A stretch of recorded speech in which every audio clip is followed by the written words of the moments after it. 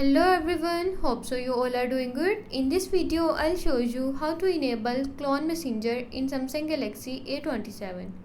Before starting the video, don't forget to subscribe and watch our complete video.